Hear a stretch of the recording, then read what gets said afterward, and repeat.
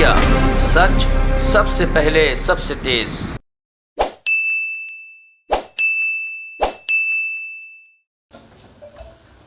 हिंदुस्तान के सबसे बड़े बैंक फ्रॉड के तथ्य लेकर हम आपके बीच में उपस्थित हैं। लूटो और भगाओ, जनता का पैसा लुटवाओ और फ्रॉडस्टर्स को भगवाओ, ये मोदी सरकार की फ्लैगशिप स्कीम है बैंक फ्रॉडस्टर्स के लिए। हिंदुस्तान का सबसे बड़ा बैंक घोटाला 22,842 करोड़ रुपए का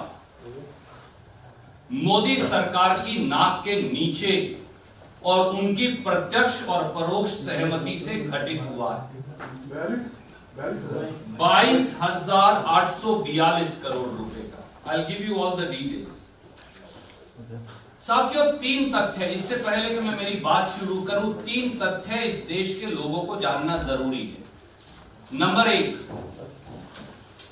पिछले 7.5 साल में मोदी सरकार में 5 लाख, और चौंकिए मत, 5,35,000 करोड़ रुपए के बैंक फ्रॉड हुए। मैं फिर दोहराता हूं, 3 महत्वपूर्ण तथ्य। पिछले 7.5 साल में मोदी सरकार में 5,35,000 करोड़ रुपए के बैंक फ्रॉड्स हुए। पिछले 7 साल में मोदी सरकार में बैंकों ने देश के लोगों की 8,17,000 करोड़ रुपया राशि बट्टे खाते में डाल दी है।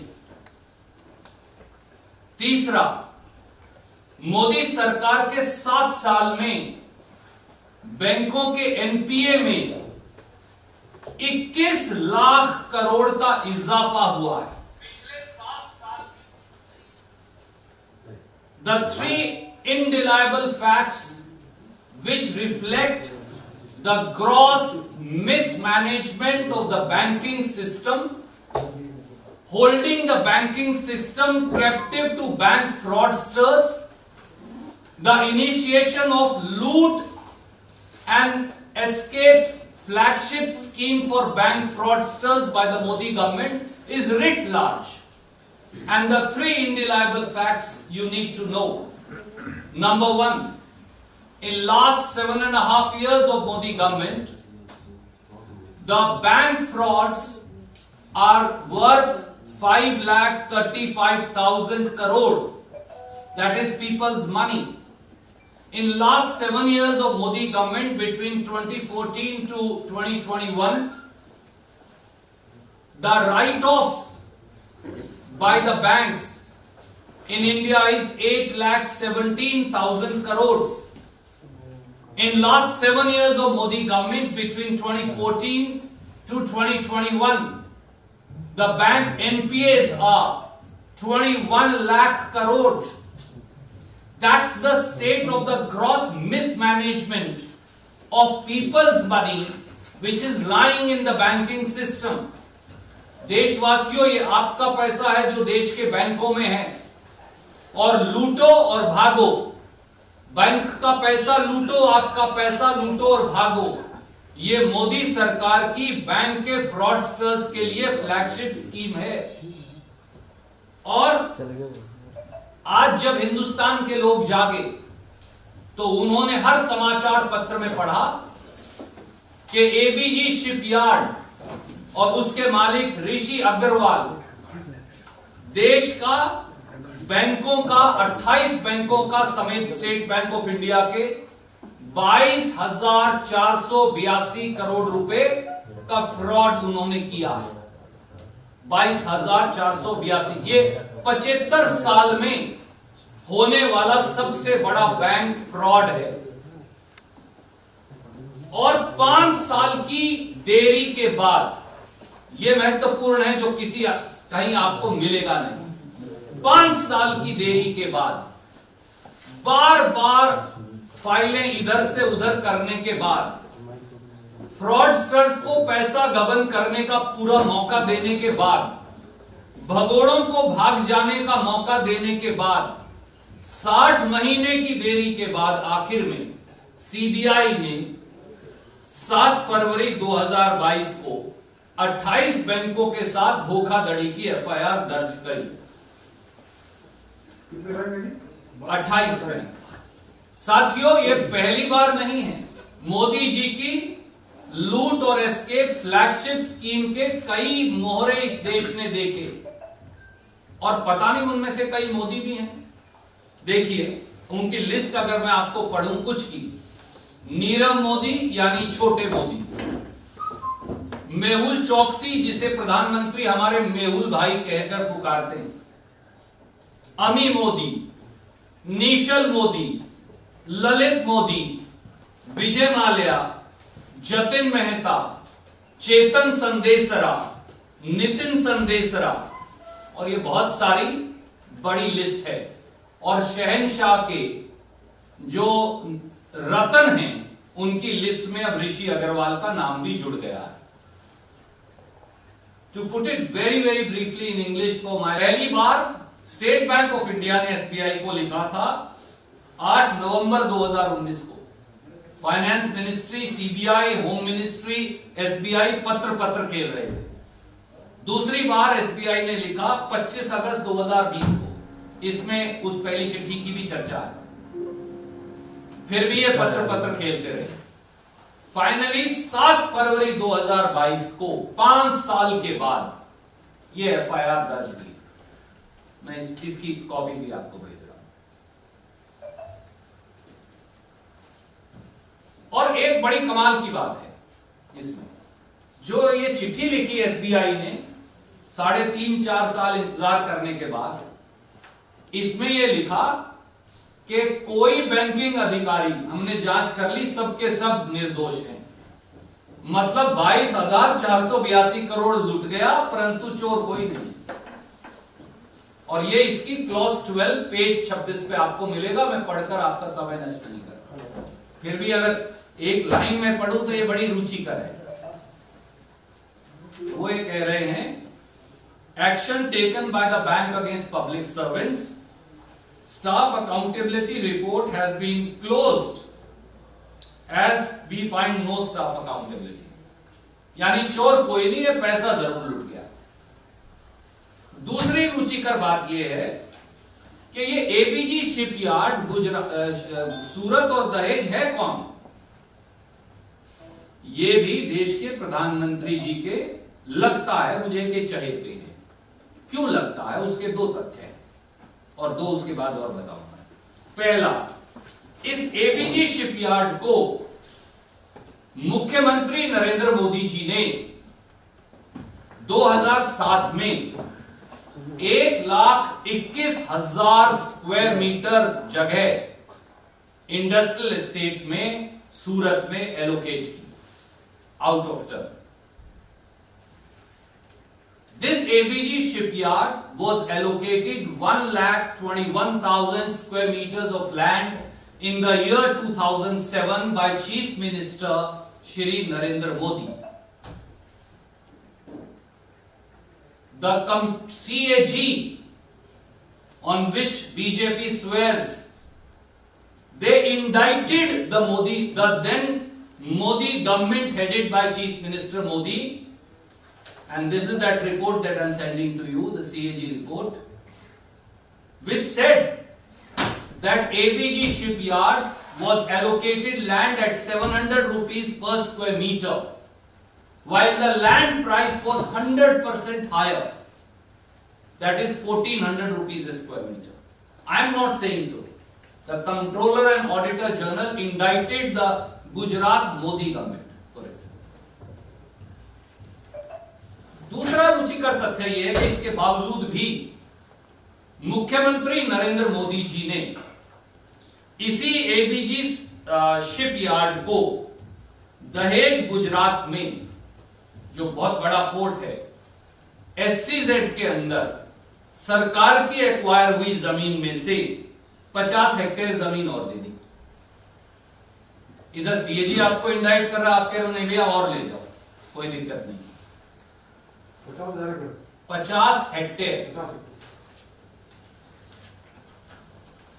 और तीसरा रुचिकर तथ्य यह है कि ये ऋषि अग्रवाल और ABG shipyard 4 vibrant Gujarat summits में मोदी जी के साथ मंच पर बैठकर 22,000 करोड़ की इन्वेस्टमेंट कमिट कर चुका है। Check the facts. The third interesting fact is that the same ABG shipyard and Rishi Agarwal sat with Shri Narendra Modi in Gujarat Vibrant Summit and promised investment of 22,000 crore. Of course, it never fructified.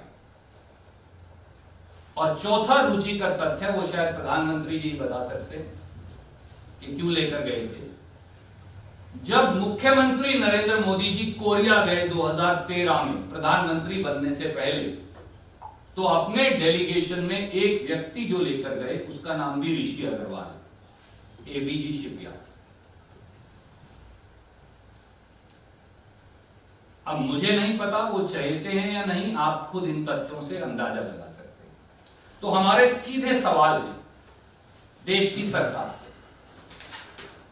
और वो सवाल है number 1, Modi सरकार को जब ABG shipyard के खिलाफ दिवालिया डिक्लेयर करने की प्रोसीडिंग्स 1 अगस्त 2017 को चालू हो गई थी, तो मोदी सरकार को 5 साल क्यों लगे केवल एक एफआईआर दर्ज करने में कि इन्होंने 28 बैंकों का 22,842 करोड़ गबन कर दिया।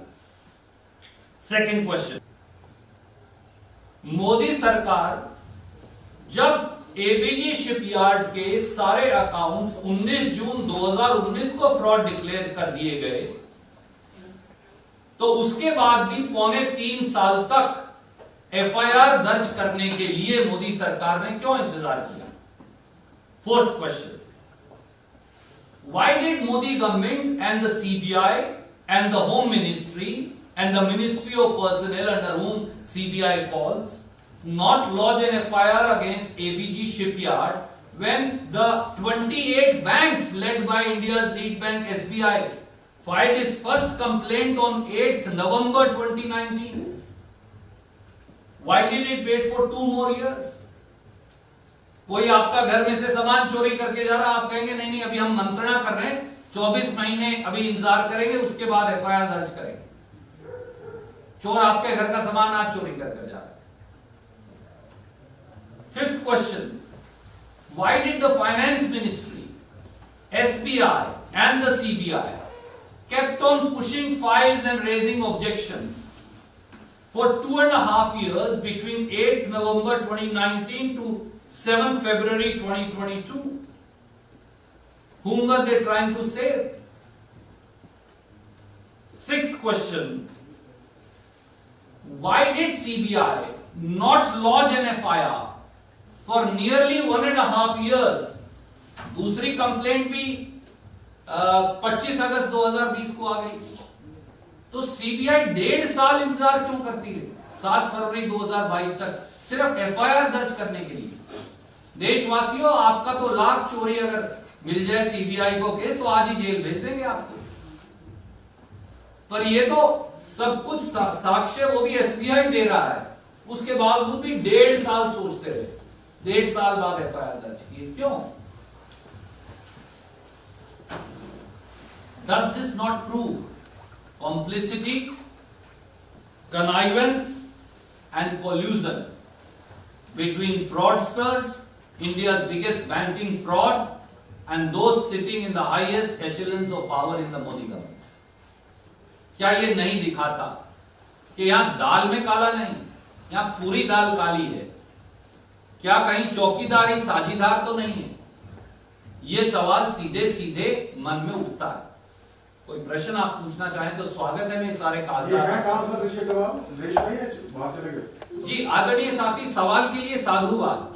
एक और रुचिकर बात है, मुझे ये बताया गया है कि ऋषि अग्रवाल अब हिंदुस्तान के नागरिक ही नहीं, जैसे मेहुल भाई चौकसी को नो ऑब्जेक्शन देकर मोदी सरकार ने, वो कौन सा है, केमन आइलैंड के आगे एक और, उसका नाम जो टैक्स हेवन है, वहां की नागरिकता दिलवा दी थी। मुझे ये बताया गया है कि ऋषि अग्रवाल अब सिंगापुर के नागरिक हैं। अब वो कहां है, ये तो प्रधानमंत्री को, वित्त मंत्री निर्मला सीतारमण जी को और अमित शाह जी को जवाब देना चाहिए। ये भाग गए हैं या भागने की तैयारी है या पहले ही जा चुके हैं? कोई लुकआउट नोटिस वगैरह जारी किया गया था? आदरणीय साथी, जो सरकार 5 साल तक पत्र प्रेम पत्र खेल रही है, आपका ख्याल है कि वो लुकआउट नोटिस जारी करेगी? ये लुकआउट नोटिस जारी करते हैं राजनीतिक प्रतिद्वंदियों के खिलाफ। जो बैंक के फ्रॉडस्टर्स हैं उनके लिए तो लूट और एस्केप फ्लैगशिप स्कीम चलाते हैं प्रधानमंत्री मोदी जी की सरकार। ये सर 5 साल बाद जो एफआईआर दर्ज की है, तो क्या कोई कंपेलिंग फैक्टर रहा इसका या एज यूजुअल सीबीआई ने दर्ज कर ली? आदरणीय मित्र, जब बैंकों का इतना पैसा 23,000 करोड़ रुपए, 22,482 करोड़ रुपए की आई थिंक फिगर है, ये 75 साल में सबसे बड़ा बैंक फ्रॉड है। कितने दिन बैंक इसे छुपा सकते हैं? कितने दिन आप इस पर कपड़ा डाल के रख सकते हैं? असंभव है। और आखिर में ढोल की पोल खुलनी ही थी और इसलिए फिर एफआईआर तो मजबूरी में दर्ज, नहीं तो आपने देखा मैंने तिथियां दी हैं। पहली कंप्लेंट आई है 1 अगस्त 2017 को दिवालिया डिक्लेयर करने की प्रोसीडिंग चालू है अहमदाबाद में। तो आप 7 फरवरी 2022 तक इंतजार क्यों कर रहे हैं एफआईआर दर्ज करने के लिए? देश की प्रिंसिपल अपोजिशन पार्टी लिख के कह रही है कि भैया ये स्कैम है, ये भाग जाएगा। 15 फरवरी 2018 को कह रही है। मैं आपको कागज भेज रहा हूं। तब तक वो देश में था? बिल्कुल था। हमने कहा ये भाग जाएगा, या भाग गया या भाग जाएगा। उसके बाद खुद एसबीआई कह रही है आप उसका बैंक का अकाउंट फ्रॉड डिक्लेयर करें पर आप एफआईआर नहीं दर्ज करें। और इसको जमीनें किसने अलॉट की थी, ये सारी जिन पर ये फैक्ट्रियां उसने शिपयार्ड बनाया, वो सब मुख्यमंत्री मोदी जी की अलॉट की हुई। और कैग की रिपोर्ट है उनकी सरकार को इंडाइट करने की। मुख्यमंत्री मोदी जी के डेलीगेशन में 2013 तक ये व्यक्ति, आप मुझे बताइए किसी का अकाउंट फ्रॉड डिक्लेयर हो गया, उससे पहले आपने उसे जमीन अलॉट की, कैग ने आपको इंडाइट कर दिया, आप उसके बाद उसे डेलीगेशन में लेकर जाएंगे, वो भी कोरिया बिजनेस डेवलपमेंट। आगे कांग्रेस इस मुद्दे को किस तरीके से? मेरे साथी, आज हमने पहले जो ये सारे तथ्य अभी तक किसी को मालूम नहीं थे, हमने इसीलिए आज ये सारे तथ्य पब्लिक डोमेन में रखे। हम उम्मीद करते हैं कि माननीय प्रधानमंत्री जी, माननीय वित्त मंत्री जी, माननीय गृह मंत्री जी, 3 लोग इससे सीधे जुड़े। सीबीआई उनके नीचे आती है, पर्सनल मिनिस्ट्री पीएम और एचएम के नीचे आती है, बैंक्स फाइनेंस मिनिस्टर के नीचे आते हैं, तो वो तीनों जवाब देंगे। संसद में 2014 से पहले नरेंद्र मोदी ने जो प्रचार किया उसमें 2G, 3G, कोर्ट स्पेक्ट्रम, तमाम मुद्दे जिसमें जो कांग्रेस स्थिति में आ गई जिसमें आज है। लेकिन जो आप आरोप लगा रहे हैं पिछले 7 साल से, या यूं कहें 2 साल में, 5 साल में, पिछले कार्यकाल प्लस 2 साल, 2.5 साल, तो इसमें कांग्रेस उस तरह से प्रचार क्यों नहीं कर पा रही? क्योंकि लोगों में तो अभी कोई असर नरेंद्र मोदी की सरकार के खिलाफ है, उनके नेतृत्व के खिलाफ दिख नहीं रहा। 5 राज्यों में चुनाव है, उनमें क्या स्थिति देखते हैं, इसका कितना प्रभाव आप देखते हैं? देखिए, इन 5 राज्यों में भारतीय जनता पार्टी की हार के आगे ही देश की जीत है। एक बात जान लीजिए, किसानों को न्याय, महंगाई पर रोक, रोजगार का इंतजाम और भ्रष्टाचार की जवाबदेही तब होगी जब भाजपा हारेगी। और इसीलिए आज भाजपा की हालत इतनी पतली हो गई है। हाँ, मैं एक अनुरोध जरूर करूंगा, और बहुत सारे मीडिया के, कलम के और टेलीविजन के सिपाही हैं। मुझे लगता था कि कहीं ना कहीं जो बवाल बवंडर इकट्ठा हुआ उसमें वो लोग जो इंडिया अगेंस्ट करप्शन में खड़े थे, जो आज सब सत्तासीन हैं, और कोई बैंकिंग बोर्ड का चेयरमैन बन गया, कैबिनेट मिनिस्टर की पोस्ट ले ली, कोई भारत सरकार में मंत्री बन गया, कोई गवर्नर बन गया, कोई मुख्यमंत्री बन गया, और देश के मुद्दे पे आज तक तो 7 साल हो गए, हमारे तो हमारा तो ईमानदारी का सबसे बड़ा प्रमाण जो है वो खुद नरेंद्र मोदी सरकार है, क्योंकि आज तक तो जितने फैसले आए उनमें बताया कि ये सब झूठे थे। पर हम ये कह रहे हैं कि यहां जवाबदेही प्रधानमंत्री जी की जनता और संसद दोनों को होगी। कौन है वो जिन्होंने पैसा लुटवाया? कौन है वो जिन्होंने इन घोटालेबाजों का साथ दिया?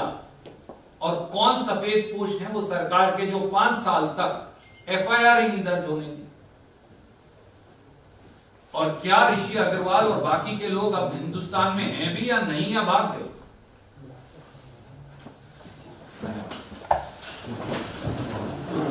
है।